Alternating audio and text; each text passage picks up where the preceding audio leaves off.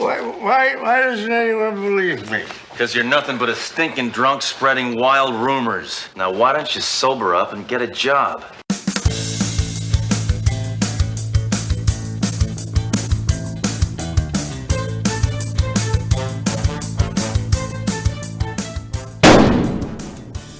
Would you trust someone who believes in ghosts and vampires? I would have my concerns. Yeah, I think we should leave it at that. Yeah. I wonder though with ghosts, and let's not leave it at that. Okay. Why do all ghosts come from the 19th century? Do they? Like, we've been living now through to the 21st century. There's never any ghosts from the 80s. You know, the ghosts are always old women in like old style clothes or whatever they are, marching through hallways. Do they stop the younger ghosts? Perhaps you have to spend a certain amount of time in, Ghost Academy before you can... Yeah, okay. But then the ghosts should be getting, they should be moving through history. Yeah. So you should have had, when we were young, had ghosts that were from 30 years before the ghosts you get now. But that's not what you see. Do you want the real answer? There's no ghosts. Yeah. And I ain't afraid of no ghosts anyway. How are you doing, Ian? There's something of the night about you, mutant, this week. It's a bit harsh. Well... I'm not great, to be honest. I feel fine, but I've been losing my voice for a few days, so I'm a bit croaky. Only hope. How are you, Gerry? Not too bad. Voice is going myself, I think. Give me something, but I'm sure we'll manage to croak through to the end of this week's episode, which I thoroughly enjoyed. This was really good. I think the general consensus is that Season 2 of Sledge is perhaps not as strong as Season 1, but I would put it that this week's episode is up there with anything from Season 1. And in fact, I might actually say that so far, of all the episodes we've watched, this may well be my favourite. This or Play It Again, Sledge. I really like that one. Both from Season 2. There you go. Peaks and troughs. That's it. Do you want to beg early? Yeah, we seem to be alternating these days. So beg early, beg fast. Beg fast, beg early. iTunes, go there, rate, review the show, please. It really helps. We might even, if you leave a nice review, read it out on the show one week. Could do. We could do that. But only if it's a nice review and it's got 5 stars. Yeah, and bear in mind that we're a few weeks ahead of publication, so... Yeah, don't get too anxious for it the minute you've put it up. But yes, that would be a possible reward for anyone who's willing to go and do that. Reward. Yes. It'll be our thanks. That's it. Subscribe as well while you're there, because that helps us too, even if you don't use iTunes, as we've said before, to listen. If you like talking about Sledgehammer, you can get hold of us on social media. We're on Twitter and Facebook at Sledgecast or sledgehammerpodcast.com. There is a post up for each episode of the show where we get involved and chat about what's been going on in the episode, and people share trivia that we've missed and things like that. Okay. This week, we begin in a bedroom. Well, what about the summary, though? Well, I was going to say, this week we begin in a bedroom, which takes place after your summary. Okay, crack on. That's my line. Oh, sorry. Crack on. In Last of the Red Hot Vampires, Sledge and Dory face their most unusual case yet. After being dismissed from his comeback movie, legendary actor Vincent Legarsky is reported dead. When the film's director and leading lady are subsequently murdered by a man in a cape, and locals report sightings of Legarsky, a supernatural solution seems obvious. Captain Trunk is having none of this, and further investigations lead Hammer and Dorot to discover that Legarsky did indeed fake his death. It seems the duo have tracked down their man, but the caped killer has one more surprise in store. Thank you for that thrilling summary. Bedroom, that's where we begin. You get a shot of the moon before the bedroom. Yeah, and a wolf whistle. That's it. Full moon. We see a woman lying in a bed before a bat flaps and Dracula appears from the window. Certainly some kind of vampire anyway. Unfortunately, he drops his fangs and we hear the famous line, "Cut." That's it. The director is furious. Yeah. We've seen this a few times. Fairly common trope. Yep. It's a fake open. Yes, it's something being filmed, yeah. So it's a movie set, and the director is not happy with this old man, this Vincent Legarsky. So he fires him, and the forlorn star is thrown from the set. Yeah, he says, "Throw this senile old loser off of my set. I want him out of my sight. now, and he won't be escorted, because Vincent Legarsky always makes his exits alone. He does. The leading lady, we see her, she doesn't appear to be too unhappy with this. No, I don't think she's bothered at all. From the bedroom, we go to the bar. Yeah, we don't realise it's the bar because it's a close-up on the television, but yeah, they're in the bar. Dory and Sledge are watching a news report stating that, unfortunately, Legarsky died peacefully the previous night and he was survived by a daughter. Did you spot the big revelation on the screen? Remind me. Legarsky's date of death is given as 1987. Oh, now. Okay. So, did season 1 take place in the early 90s? Or are we no longer 5 years before? We're not going down this rabbit hole. Let's just leave it. The report notes he'd been working on a comeback movie when he died and he's survived by a daughter.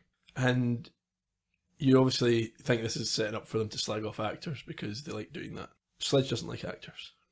The only time a man should wear makeup on his face is after he's been embalmed. There was a touch of the Columbo about him, eating a boiled egg. Was he? Yes, That's a he good was. Dory asks him why he always manages to say horrible things. No, how did he manage to say horrible things? And he says, it's easy. I use the English language. So with this boiled egg, he's putting some salt on it. And there's a spillage.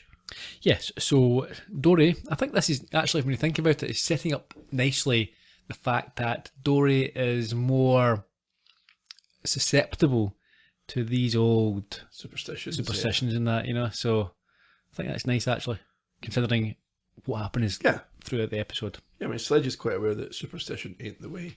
But anyway, to appease her, he takes a handful of salt, throws it over his shoulder, and where does it land? In the eyes of a man walking past Who is blinded and starts stumbling into things. And off camera, we hear him crash around. That's it.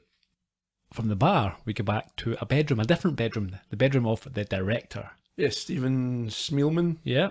As he has a nightmare about Legarsky, he wakes up and he screams, "You!" before being attacked, apparently, by a bat. Well, you hear the sound of bats as he screams. You don't see anything. So in the morning, Dory and Sledge and Blades are on the scene. You see, just like I said, every last drop of blood's been drained from the victim's body. I haven't seen a man bled this dry since the Corian divorce. Take a look at that wound on his neck. Yeah. I'll tell you, I haven't seen anything like this in my 12 years as a coroner. I haven't seen anything like this in my 6 years as a cop. I haven't seen anything like this in my 49 years as a man. Sledge, you're only 40. I was a man 9 years before I was born, Duro. What's the details on our Mr. Rigamortis here, Norman? The deceased was one Stephen Smillman, a movie director. We haven't had any luck locating any of his next of kin. That's just as well. Hate to see a relative come down and view that body. It's white as a sheet. Yeah. Don't worry, I'll fix him up. I keep a sun lamp down at the morgue. Bye now. Inspector Hammer, the only interesting thing we found is this script. This must be the movie the poor Joker was working on before he bought it. Now, loyal listeners, we may need your help. We cannot find out what this Corian divorce is. So if you know, can you let us in the secret, please? It must be something. It must be something folk would get the reference for, but Yeah. I don't get it. Perhaps we're spelling it wrong, that's why it's not coming up with anything in Google. It could be. Yeah. Also, Dory mentioned that she has been on the force for 6 years. That seems quite a short time. She's a fairly senior homicide detective. And a negotiator with terrorists of some Yeah. kind. So 6 years seems a very rapid rise. I mean, she's obviously very talented, but still, there's a certain minimum amount of time I think you need to spend. Again, perhaps some of our American listeners who might know about law enforcement in the States could let us know if you can get to that position, that rank within 6 years. It could be that she did her negotiation stuff for another agency and transferred into the police. Could be. Anyway, Dory recognises the script as the movie that Legarsky was working on when he died and thinks that they should head over to the studio. It's Monogamy Pictures. Yeah. So they go there and they talk to Zeph Campbell, the producer. Just before they do, did you see what the man was doing? Tell me. He took away the chairs with the director and Legarsky's names on them because Yeah. they're no longer involved. Yeah, well, You would do. Moving on. Time's money. That's it. Sledge explains to Zeph that the director was murdered and it was made to look like death by vampire. Yeah. Dory asks who would want to drain a young director of his blood, and Zeph tells them any William Morris agent. So William Morris is WMA, Yeah. who were a leading agency until they merged with Endeavour. Yeah, I'm well aware. That sounds like you might have read that somewhere. Yeah, but no, it's very Yes, few. yeah. They're the biggest agents. Over 100 years. They were, Yes. So if you go to LA, you go to Hollywood, your goal as an aspiring actor would be to get signed up by a William Morris agent. That would be the ultimate goal. They would know everybody. Yes. People that can make things happen. But from what is suggested there, I think that once they get their hooks into you, They get a cut. they get a very nice cut, yeah. Zeph then goes on to tell them about the firing yesterday and points him in the direction of the leading lady, Jessica Novak, who is distraught. Yeah, she suffered a personal loss. Yeah, her close-ups have been cancelled. That's it. So they go over to talk to Novak, who is clearly a bit of a lovey. Yeah, she initially thinks they want autographs and then goes into a spiel thinking that they are press. Yes.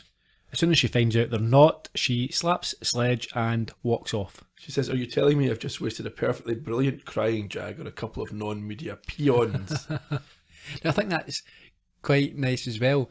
I don't know much about the acting business, the technicalities of it, but a crying jag, does that suggest that she's not very good? You know, the top method actors can actually produce real tears, and perhaps it's the ones who can't who have to rely on a jag. Don't know, maybe Could be. maybe not everyone can, no matter how good you are, Bit but of tweezers. a poke in the eye Yeah, that might make a mark though that they can see. could do. Sledge and Dory then leave the studio without waiting for the gate to be raised. No, they go straight through it and head back to the precinct. Why would they do that? They just can't drive very well. So yeah, we head back to the precinct, and the drunk that we heard at the top of the podcast is insisting to Mayjoy at the front desk that he saw Legarski last night, just as Sledge and Dory walk in. We get a bit of a backstory to this drunk. He's an alcoholic, but he has a job. He's the chairman of the school board. Yeah. I thought Mayjoy, I mean Hammer as well, obviously, as we heard, but Mayjoy was his usual pleasant self, wasn't he? Oh yeah. Told me beat it alky or something like that. Well, they probably get hundreds of these a day. Yeah, but still, I don't think that's how police officers would be trained to behave. Yeah. Certainly the front facing on the desk, you know. Yeah. When the cameras aren't there, yeah, he'll give you a beating with a truncheon. Allegedly. At the front desk, it's a bit different. Yeah, but not great not PR. for Mayjoy. But having dismissed this story, Sledge and Dory go through to the outer office, and somebody else is reporting the same thing. Yes, a lady of the night. Not a vampire, a hooker. That's right. She, Sex worker, sorry. yes, she encountered this man who introduced himself as the Count, I think, or something along those lines. Mm-hmm. Said he wanted to suck her blood, and she said it would cost him $20. I did like, in fact, my favourite lines from the show is coming up from Sledge right now. Okay, before that, she also points to the marks that are on her neck. Yes, but that wasn't him. No, that was a cop in the elevator on the way up.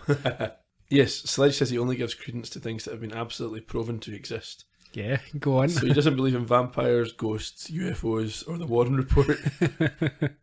Yeah, that was nice. I thought you'd appreciate that. Yes. He also insists that he doesn't scare easily until, Yeah, Trump comes out with a message from his ex-wife that's always harrowing. although, if I'm being petty here, or being picky, the checks went missing in the post. It's not another, if the check isn't Yeah, you cashed, can cancel that one. cancel that one, just write another one, yeah. Yeah. Anyway. It hurts though, it's like you're writing it in your own blood. Yeah. I'll take your word for it. Hammer screams theatrically at that idea. And we next see him in his apartment. He's watching the news about Legarski's sightings, and we're told about the director's death. And the TV show previews some of the old movies that they're going to show in his memory. Yeah. And Sledge drifts off to sleep, I think. Yeah, I think there's a Legarski marathon coming up and Hammer dozes off. And we cut to Novak's apartment. She's enjoying herself in the bath when, well, she comes to the same end as the director. Yeah, almost exactly the same. She screams the sounds of a bat. And we cut back to Sledge's apartment. He's awoken by a call from Dory. Did you like this little exchange? I missed the detail. Oh, no, you didn't. Oh, maybe I heard. I didn't write it down. Okay, so he picks up the phone and we hear him say, "Who? What? Yes. When? Why? I'll be right there." And as soon as he hangs up, You forgot where. Yeah. But he manages to make his way over to the crime scene, Novak's house, her bathroom. Which has the most resilient bubbles in the history of baths. They are plastic bubbles. That's what I have, these Hollywood types. Yes, they're still intact, all these bubbles. Just on that, I read today that apparently Johnny Depp spends £2 million. His expenditure is £2 million per month. Well, that's been alleged by the accountants that he's suing. Of course, sure. They're saying he wastes his money and he's saying they lost my money. But these are the type of things that are easy to prove. You would think there'd be accounts, given that they're accountants. Yeah, but even if they don't have accounts, they can still go to the seller of all the the flights or the wine or whatever it is he's supposed to have. There's something about he took somebody's ashes somewhere, or Hunter S. Thompson. Yes. Did he fly them to space or something like that, or he took them on a boat, or he... that would really surprise me. It was like 2.3 million. Right. They fired them from a cannon. Yes, that was it. But I mean, the vast majority of that must have went on. I mean, who's selling Hunter S. Thompson's ashes? I mean, it must be his family, his estate. Because you can hire it. I've never did it, but I imagine it wouldn't cost that much to hire a cannon, right? Even if you say, let's say $50,000, right? Where's the rest of the money being spent? On the ashes, I guess. Exactly. So maybe on authenticating them. And how can you buy someone's ashes? What's the purpose of firing them out of a cannon? Don't know. I mean, Hunter S. Thompson may have wanted that. He was. Do you know much about him? No. The gonzo journalist and writer, Fear and Loathing in Las Vegas. Right. Depp played him in. Oh, that's the connection. Yeah, a bit of a maniac, to be honest. Lots of drugs and guns and all sorts of stuff. But I don't understand who was in a position to sell. And you'd have thought that it's the family. Maybe they needed the cash. Who knows? Johnny Depp comes a knocking. Can I have Hunter's ashes? Yep. How much? Don't know. 2 million? Deal. It's crazy. It is. You think, I always want to be fired out of a cannon. Yes, we agree. 2 million, please. In fact, I might have to look into that story and find out. It must be publicised somewhere. You would think you would have heard of this before. And that's my point as well. It's not like the accountants are making this up. If you're going to falsify accounts, it's like you overwrite, cars and things like that. But that's the type of thing that you don't make. If you didn't spend that amount of money on the ashes, it's a crazy story to invent. That's true. Apparently he's got a staff of 40 that costs him $250,000 a month. Yeah. That's quite expensive staff. I mean, that's not poverty line wages. No, I mean, a staff of 40 would be enough to run a household. Back in the old days in the UK and Britain, when you're Downton Abbey stuff, An estate, Yeah, you would have gardener, but you would have a big family and lots of things. I don't understand why one guy would need 40 people. Don't get me wrong. With his wealth, if I was in this position, I'd have staff. But 40, that's a lot of staff. Maybe that's how he classifies. Like, he's got hangers-on that's second cousins and third cousins and stuff. Sure. Or unless he's got 5 or 6 different houses. That's possible. And in each one, they're full-time staff maintaining it, and so wherever he goes, he's always got his staff there. I'm sure his earning capacity is such that whatever happens at the trial, he'll be fine. Yeah. Unfortunately, it means that he's going to have to earn some more cash by getting involved in those horrible Pirates of the Caribbean. There's one out this year. Yeah, I know. And that'll be why. He's also in the new Harry Potter series, The Fantastic Beasts. He's the main villain. So he'll be in 5 of those movies. I watched one of his movies the other night there on Netflix. An old one. It's not highly regarded, but I quite enjoy it. It's quite suspenseful. It's got a touch of the Hitchcocks about it. The Nick of Time. Not seen that. His daughter is kidnapped, and Christopher Walken's in it. And he's told that he has to assassinate a senator, or else his daughter's getting it. It's not great in terms of, it's not a masterpiece, but good way of passing a couple of hours. Anyway, the body, I think we discovered, was found by the landlord. Okay. And Zeph, the producer, is now terrified to leave his home because of the people in this movie are getting bumped off. Dory then informs him of reports from neighbours about a caped man who'd been noted running from the scene. And Sledge has had enough of this and he wants to get to the bottom of things. So, Trunk's office is where we head. Yeah, and they're explaining what they need to do. But Trunk's not that enthusiastic. He's not. He's got a big decision to make. Has this entire city taken leave of its senses? Victims drained of blood? A dead actor walking the streets? I've got officers requisitioning everything from garlic to wooden stakes. You turned me down for those 6 months ago. Doro, I can't condone belief in the occult. What, in your opinion, is the most logical way to proceed amidst this nonsense? I think we should exhume Legarsky's coffin and see if he's dead or alive. Yeah. Exhumation? Exhumation, exorcism, what's the difference? You're the only person who can issue the order to dig him up. I look like a fool. Look, I can't let the department think I believe in this vampire mumbo jumbo. I won't say a word to anyone, sir. All right. All right, I will approve of the exhumation if you will promise to keep it discreet. I promise, sir. I think this has to be my favourite cut in all of the Sledgehammer episodes. Hammer and discretion, those two words you wouldn't normally put together. Nope. What happens? He comes in riding on the coffin, and a crowd gathers behind him. Not only that, but he's banging it through the doors. Yeah. It's fantastic. Trunk's exasperated. Yeah. And I think it's Mayjoy that asks Hammer what he expects to find in there. Yes, and he says that he hopes to be made to feel better by the sight of a rotting, stinking corpse. That's it. But he doesn't see that. The whole precinct will gather round and they open up the lid and it's empty. It's empty, yeah. So Hammer's going to have to go and speak to the daughter. Well, he has a minor epiphany. Mm-hmm. He asks who Legarsky was survived by, and when he finds out or is reminded about the daughter, he decides that she has to answer some questions. And then he closes the coffin.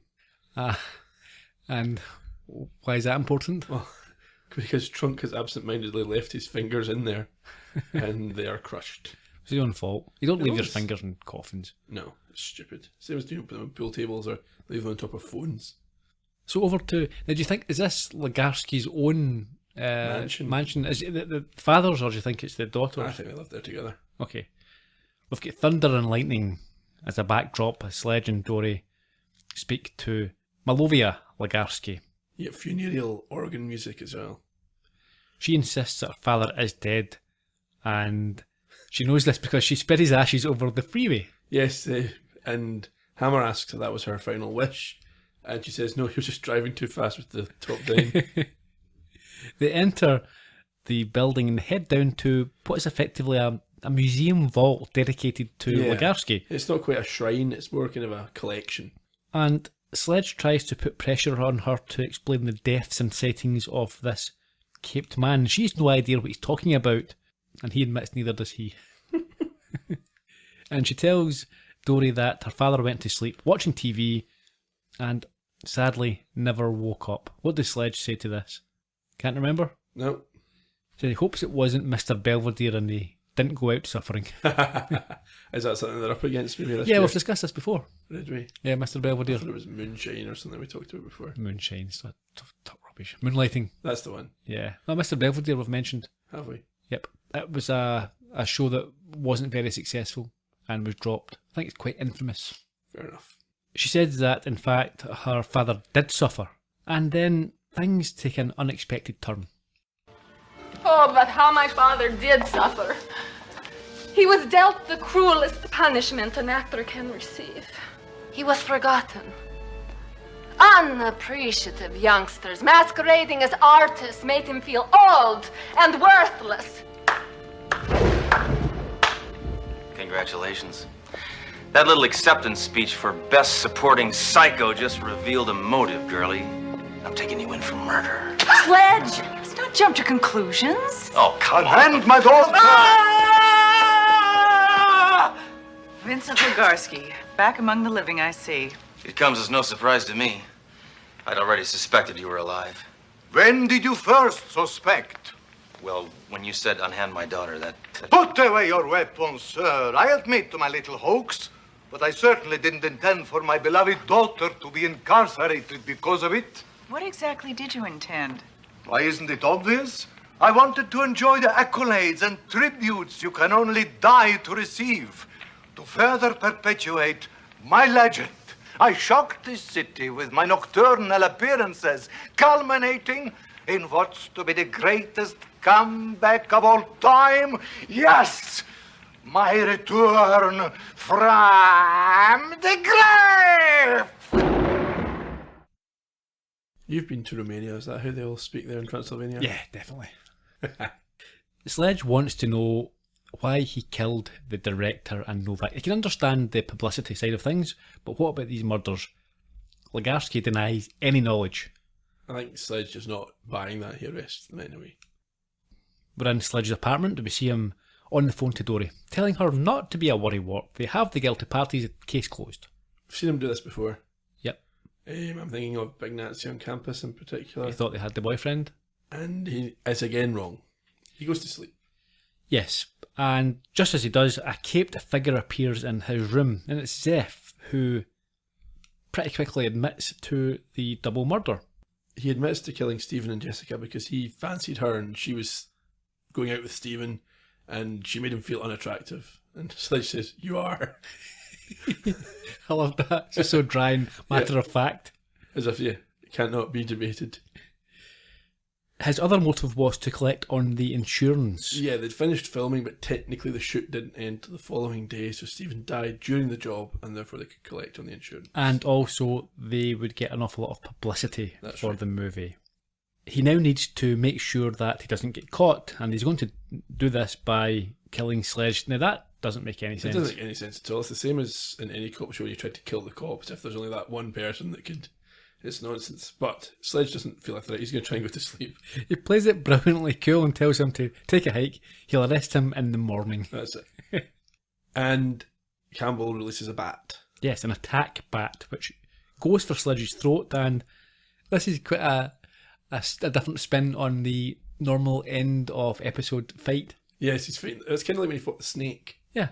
In Mr. the Spider-Woman. Mm-hmm. Did you think that vampire bats were real? What? Some people don't think they're real. They are real. Yeah. There's 3 different types. Okay. Yeah, but named now after. They weren't vampire bats before the... Well, they're bats that live on blood. They eat blood. That's what they eat. Blood. Yeah, they're now colloquially called vampire bats. No, they're called vampire bats. No, the Latin name will be... Vampirus batis. Yes. Something like that. Anyway, Sledge wins the fight with the bat. He throws it off and then shoots it. Yes. Campbell's devastated, but he says, "Calm down. I only winged him."